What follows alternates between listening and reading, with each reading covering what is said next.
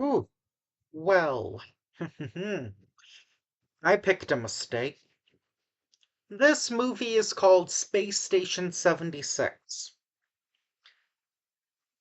The reason why I picked it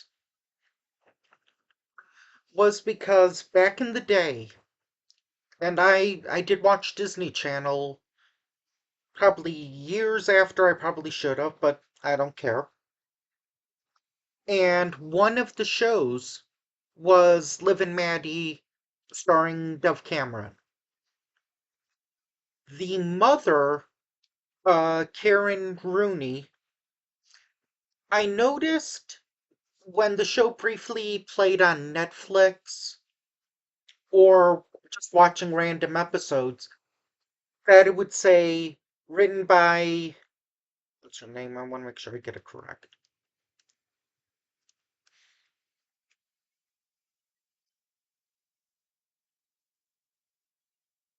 Okay, not really helping me. Hold on. Click here. Hold on. Sorry, people. Written by, I hope I'm saying the name right, Kelly Rocha or Racha. I'll just say Callie. Hopefully that'll work, I guess. Or Callie, I don't know. So I would notice that she wrote several episodes of Liv and Maddie, and she had a writing partner. Maybe Jack Plotnick or something. I can't remember his name. So I googled, I googled her just to see, like, what else she had done movie wise. And I found out that she wrote this movie called Space Station 76. So that's kind of the origin to why this month is Space Month. It was a combination of that, Rogue One, and Shinobi mentioning the movie Space Invaders in his Adventures in Dinosaur City review. So that's how it kind of started, and so this movie, I was kind of expecting it to be like a parody of space movies. I was expecting it to be like kind of goofy and wacky and like people like swearing like, I don't know, like Animal House in space kind of. That's what I kind of viewed it as or thought of it as originally. This movie is not necessarily a comedy in really any sense that I can view. There's a few funny lines, but almost the entire cast, the majority of the cast is not good. I feel like most of the cast is playing it as a drama, and ever so often there's like one funny line. Um, it's called Space Station 76 because it's like set in the 70s. So you see like VHS tapes. You see people smoking everywhere. Um yeah, you've got things that mothers should not be doing, and I'll leave it at that. Well, at least in my opinion. Um Problem is that I feel Kelly Rocha is bringing her bringing her Liv and Maddie character to the role, which it's totally fine. The problem is that everyone else is in like a views this as this very deep, serious, literal soap opera. There's cheating, there's affairs, there's marital challenges, there's a reveal towards the end where it's like, okay, there's a ton of drinking and smoking. I don't. I think that the little daughter is about the only character in this movie that doesn't drink or smoke. Let me just say that. Um, Liv Tyler, there's she has drama with this blonde lady who in some scenes made it seem like this role was written for Leslie Mann, and in others like the role was written for Wendy McLennan Covey. Liv Tyler, I don't hate Liv Tyler. I've seen very little of her things. I remember seeing her in Jersey Girl, and I remember liking her character in Jersey Girl. So it's not like against, it's not like she's against comedy, but this role, it feels like she's less doing her role in Jersey Girl, more like she's doing like a Selma Blair impression. There's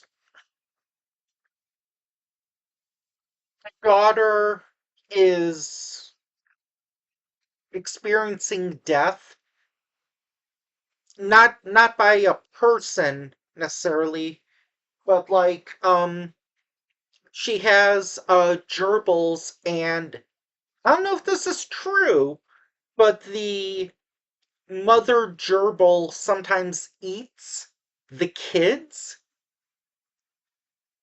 I that that was interesting that was interesting. My thought was like there was some experiment where like an evil gerbil like grew and got huge like in Nutty Professor 2 and then like started attacking everybody.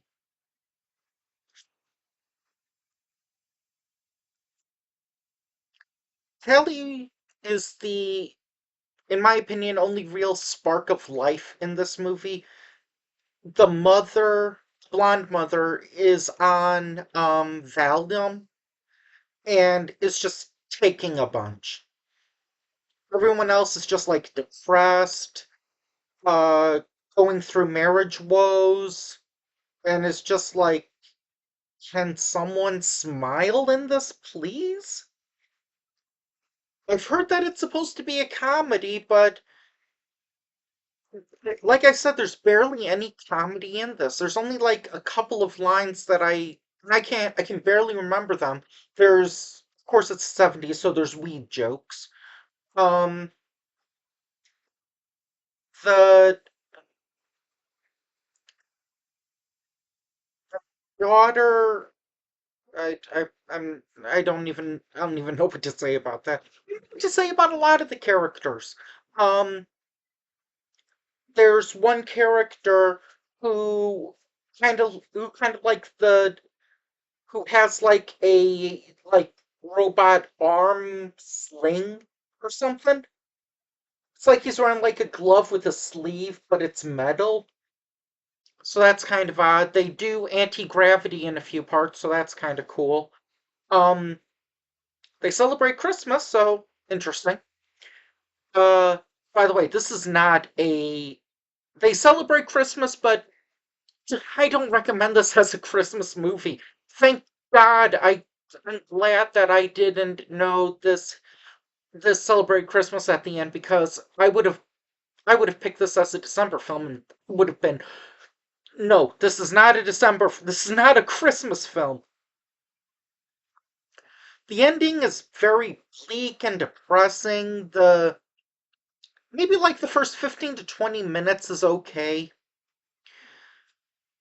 Then it starts getting kind of slow and sad, and then like the last like 10 minutes is like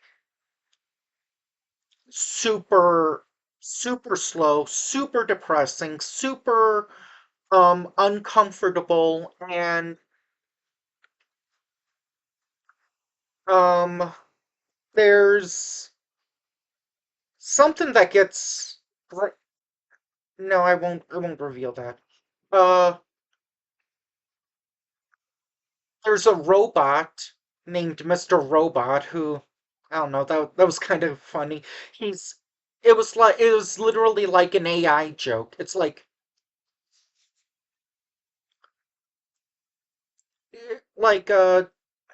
like pretend this the robot. Hey, hey robot. Um what do you think about the song Penny Lane? Penny, for your thoughts.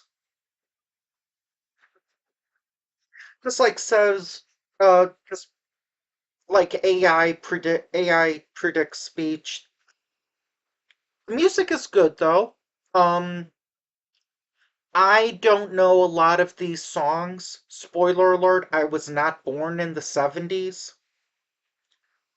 But Kay, who was alive in the 70s, knew several of the songs, so she was like tapping her toes. One of them she thought was like Air Supply, but it was somebody else. I don't remember. Um I can't. She said it was very weird. Um I don't know if I can necessarily I can't recommend this movie. Um if you want to watch if you want to watch um I've seen Amanda and the Alien, watch that. That's a little funnier and a little like that's a little sillier. That's a little more my kind of attitude. Um watch Doctor Alien. That's funnier in my opinion. Um trying to think like what space movies have I seen that um Underpants, I guess. That one's a little goofier, I I guess. Um, Wall-E, that's a given. Aliens in the Attic, that's a good alien family movie. If you want to watch this movie, if you hear that it's rated R, I will tell you there is no gore. No gore whatsoever. None, not even a drop of, not a drop of blood. Nothing. Profane. If you want to see this for nudity, I saw this on Tubi. I don't know if Tubi censored anything. There are two scenes of a blonde girl naked. I've just told you all of the nudity in this movie. There's a lot of like implied soft core stuff, but honestly, you could probably find like this is not a movie to watch for nudity, okay? Um, that Leonardo DiCaprio, Jennifer Lawrence movie, I think it was called Don't Look Up. That one, that one to me was funnier, and yeah, that's all I really have to say. This is very heartbreaking for me because I was thinking it would be a funny comedy. Turns out it's the only film that Kelly wrote, and another actress who I know very, very little, very briefly, Jennifer Elise Cox, who I know she was on that WB show Hype because I've seen a few episodes on YouTube. Um, she was involved in this, and this is also the only movie. I think it's the only thing she's ever written. So that's kind of interesting. And hmm, oh, one more thing. Apparently, this was based. It says it's based on a play. I I don't know how this would be a play. It's like saying, I don't know. It's like saying Cannibal Women in the Avocado Jungle of Death was a play. Or was based on a play, or Lady Terminator was based on a play, or Ladybugs was based on a play. I'm just looking at some of the Blu-rays and movies that I have, or saying that I don't know. 100 Girls was based on a play or something. If this was based on a play, I'm curious as to how it would have happened. Um, yeah. I'm sorry I'm dragging this out. I'm trying to think of stuff to say, and really that's about all I have. I don't recommend it. Kay does not recommend it. This movie's not on Blu-ray, so I can't ask the question. It's $10. You'd probably say no. So I want to thank you for joining me Space Month. Join us next time when we'll take a look at one of Kay's picks. Because it's been a while. Or last week. But anyway, we'll give her an she can pick the next one. Okay. Bye.